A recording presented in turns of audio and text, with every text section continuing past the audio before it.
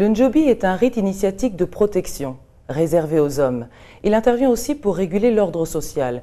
Il est surtout pratiqué à l'est du Gabon, chez les Obamba, Teke et Nzebi. Dirigé par un maître principal, gardien du Njobi, Nga Nkobo, il comporte de nombreux interdits, notamment sexuels et alimentaires. L'ensemble des initiés est appelé Anga Njobi. Le rite se pratique à la demande du chef ou à l'occasion d'une initiation, du décès d'un initié ou à l'occasion même de réjouissances. Dans ce dernier cas, seule la partie publique est exécutée. L'initiation se déroule dans un espace consacré en forêt, accessible aux seuls initiés. Lors de l'initiation, le nouvel initié prononce une série de serments, dont celui d'être droit. Cette étape fait ensuite place à une phase de purification. La partie publique du rituel a lieu dans l'Olébé, la maison des hommes consacrée au Njobi.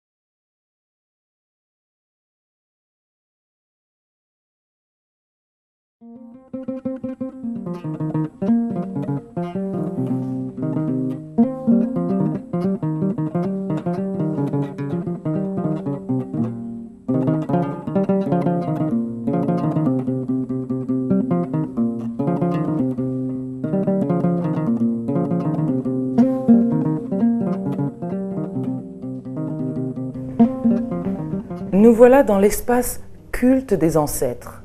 Les peuples du Gabon rendent un hommage particulier aux défunts dont ils auront voulu perpétuer la mémoire, ainsi qu'à des initiés importants ou encore à des femmes qui se seraient distinguées. Ils en attendaient en retour bienfaits et protection. Dans tout le bassin de l'Ogoué, les cultes consacrés aux défunts sont sensiblement identiques d'un peuple à l'autre. Prélèvement d'ossements qui constitueront ensuite le reliquaire, présentation périodique du reliquaire aux membres du lignage dont les défunts auront marqué la vie. Le reliquaire contient des ossements prélevés sur le squelette du disparu et certains objets lui ayant appartenu. L'ensemble est surmonté d'une figurine sculptée représentant l'ancêtre. Mais maintenant, regardons ensemble quelle forme prennent toutes ces représentations.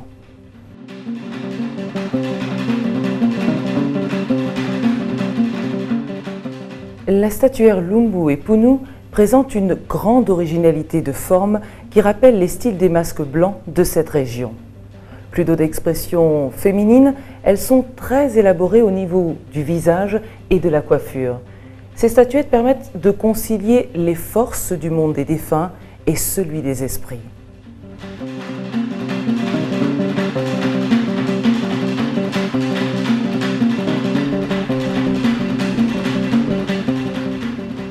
Chez les Tsogo, les reliquaires et statuettes occupent une place importante.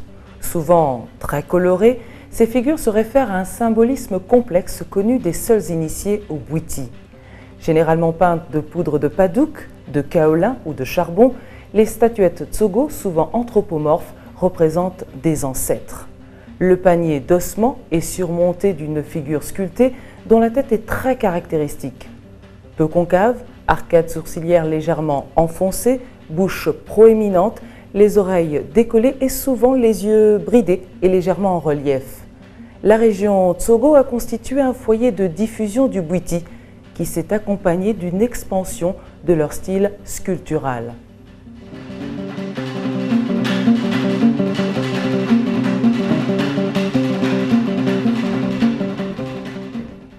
Sur le plan de la statuaire et des reliquaires, certaines communautés sont très proches. Il en est ainsi des Kota et Mahongwe partageant par ailleurs le même espace géographique. Dans ces communautés, le panier d'ossements est surmonté, là aussi, d'une figure de grande taille quand il s'agit de représenter les fondateurs des lignages, ou de petite taille lorsqu'il s'agit d'ancêtres moins importants. Leurs figures d'ancêtres sont pour la plupart sculptées sur du bois léger, représentant une effigie humaine, tête, coiffure, épaules recouvertes de fines plaques de cuivre ou de fils de cuivre. Plus au sud de l'habitat Kota Maongwe, on rencontre de très nombreuses variantes de ce style, notamment chez les Obamba, Ndungu, Ndassa. Ces cultes leur sont rendus pour s'assurer bienfaits et protection.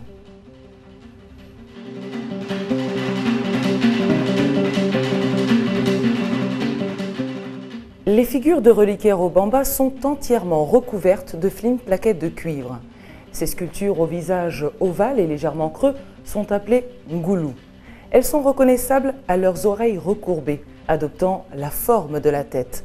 De façon générale, la base ouverte en losange est symbole de féminité. Certaines de ces figures sont décorées au revers d'un petit masque en relief. Comme chez leurs voisins Kota et Maongwe, ces figures représentent des ancêtres qui ont marqué la communauté et qui ont le pouvoir d'assurer la félicité.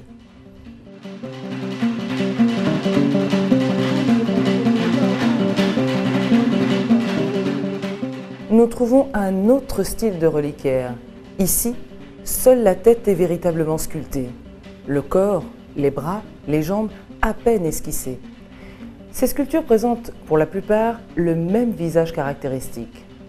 Front large, face plate, arcade sourcilière, rectiligne.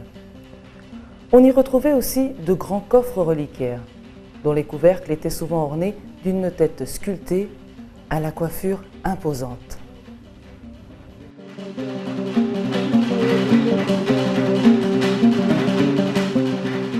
On trouve chez les Masango et Adouma un type bien particulier de reliquaire appelé Bumba Bwiti.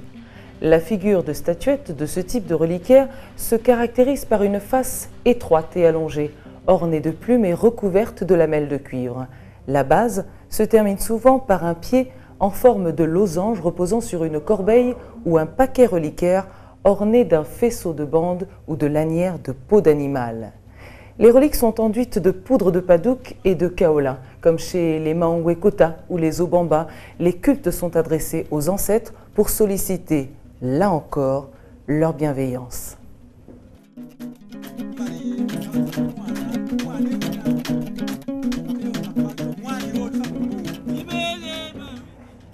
Chez les Fans, généralement, on retrouve les reliques et statuaires dans le bieri. Le bieri est un culte rendu aux illustres ancêtres pour, là aussi, solliciter leurs bienfaits et protection. Ces statuettes, parfois à visage multiple, sont très recherchées des amateurs d'art pour leur esthétique et leur finition. Derrière l'apparente homogénéité de ce style se cache une grande série de variantes régionales. On peut considérer que la statuaire Fan se divise en deux grands styles. Le style de tendance morphologique longiforme au nord, le style aux formes plus trapues et compactes au centre et à l'ouest du Gabon. Toujours de patines sombres et suintantes, chaque sculpture représente un lignage précis.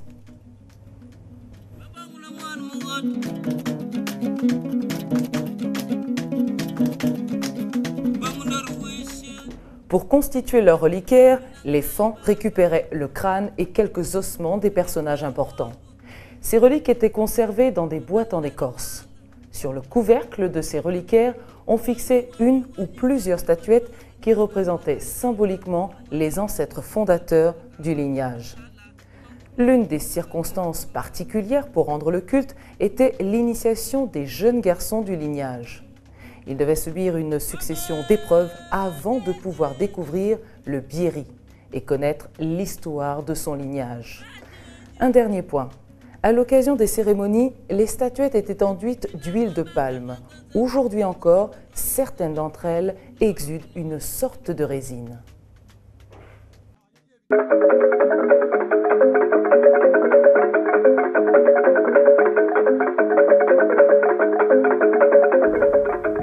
Nous sommes dans l'espace vie quotidienne. La vie quotidienne des peuples du Gabon a toujours été marquée par des préoccupations tant spirituelles, matérielles qu'esthétiques. Je vous invite dans cet espace à découvrir des objets usuels, des parures, la danse, la musique, les activités féminines et bien d'autres choses encore qui participaient à la vie quotidienne. Vous êtes prêts? Alors allons-y.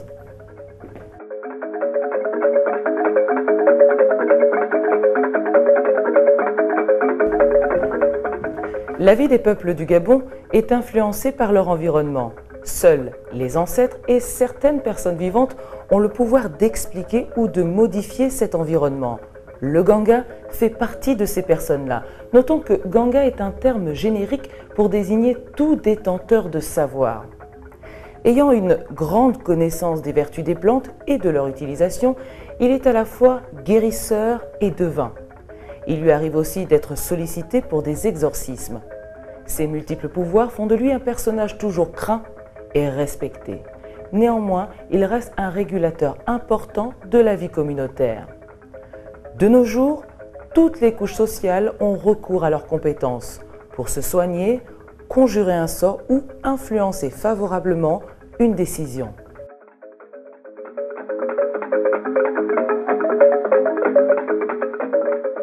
Essentiellement masculine, la chasse peut être individuelle ou collective. Pour la chasse individuelle, les accessoires utilisés sont l'arme de jet, lance par exemple, le piège et, à partir du 19e siècle, le fusil.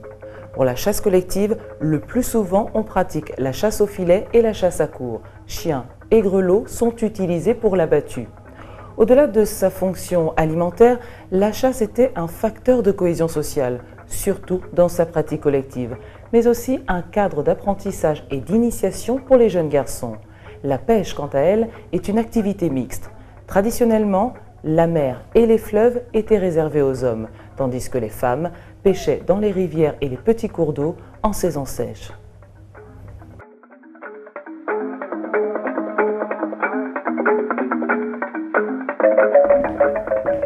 Le travail de forge est une activité d'initié. Lui seul pouvait s'occuper de la mystérieuse transformation du fer ou du cuivre. Cette tâche recouvrait à la fois un aspect technique et une fonction mystique. Cela conférait au forgeron un statut social particulier. Le forgeron fabriquait des objets de la vie quotidienne tels que les armes, les ustensiles de cuisine ou des outils pour l'agriculture. Son principal instrument est le soufflet de forge, qui parfois pouvait avoir une représentation anthropomorphe, comme vous pouvez le voir ici.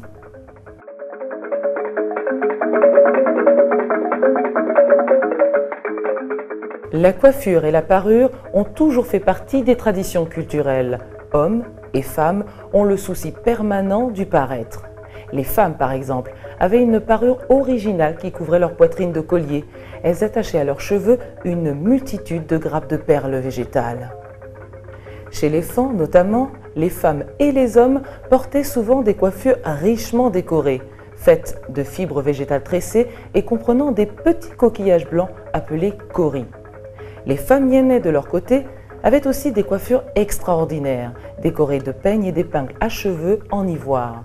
Chez les Adouma, Gissir, Pounou ou Lumbu, les coiffures à coque ont influencé le style des masques blancs qu'on leur connaît.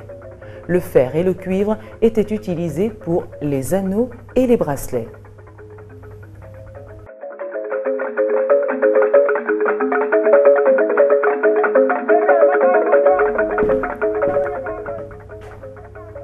Le sculpteur d'autrefois était un homme doté d'un talent reconnu.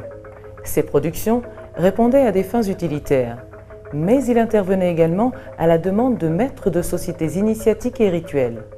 Il réalisait alors des objets sacrés où s'exprimait toute sa dimension artistique, comme vous pouvez le voir ici.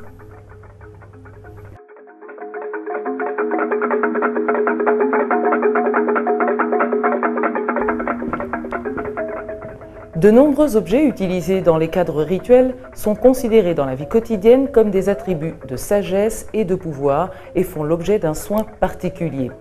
Ils peuvent avoir une forme anthropomorphe. Il en est ainsi de la canne, du balai ou chasse-mouche, des cloches et des cornes d'appel.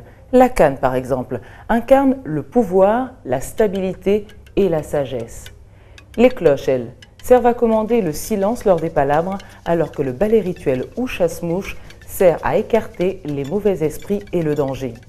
Traditionnellement, l'usage de la pipe n'était réservé qu'aux grandes personnes, car la pipe était symbole de sagesse et de pouvoir.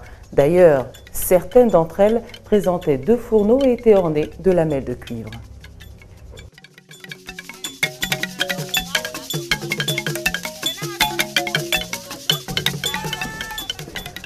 Au-delà de leur usage au cours des rituels, les instruments de musique font également partie de la vie quotidienne des peuples du Gabon.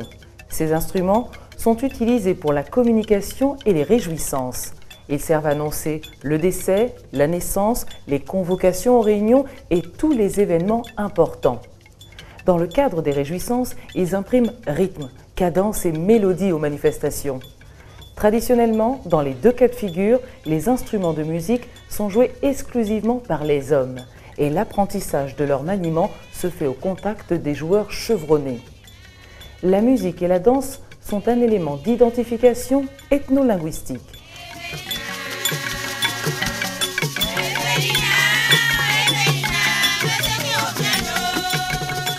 Dans la société traditionnelle, la femme tient une place essentielle. Elle a en charge un certain nombre d'activités, notamment la production agricole, l'entretien des espaces arables, les tâches domestiques et l'éducation des enfants qu'elle partage avec l'homme. Dans la production agricole, par exemple, elle concourt au choix des sites, participe au défrichement, elle assure aussi le semis, le désherbage et la récolte.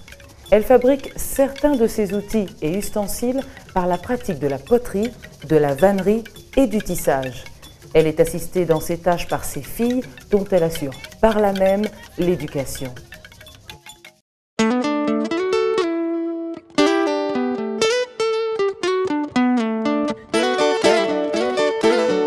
À la recherche d'un air en couleur pour chanter le Gabon.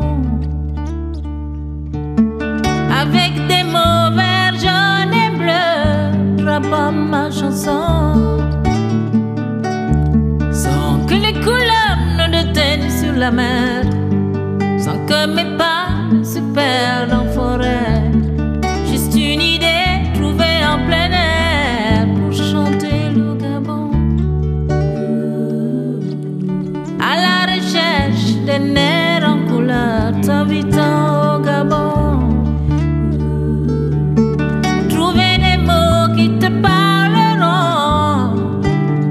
Toi l'Afrique sur une bille de Koumé, saluant le coucher du soleil sur une pirogue, nous glisserons sur le gouet. Je t'invite au Dimbo Diamien, au Boulongo Boamien. Dimbo Diamien, il y a tellement de choses à te faire voir, en ville ou en blues. Mais dans ma chanson, il n'y a que des sons. Toutes les images t'attendent au Gabon. Quand tu seras à Libreville,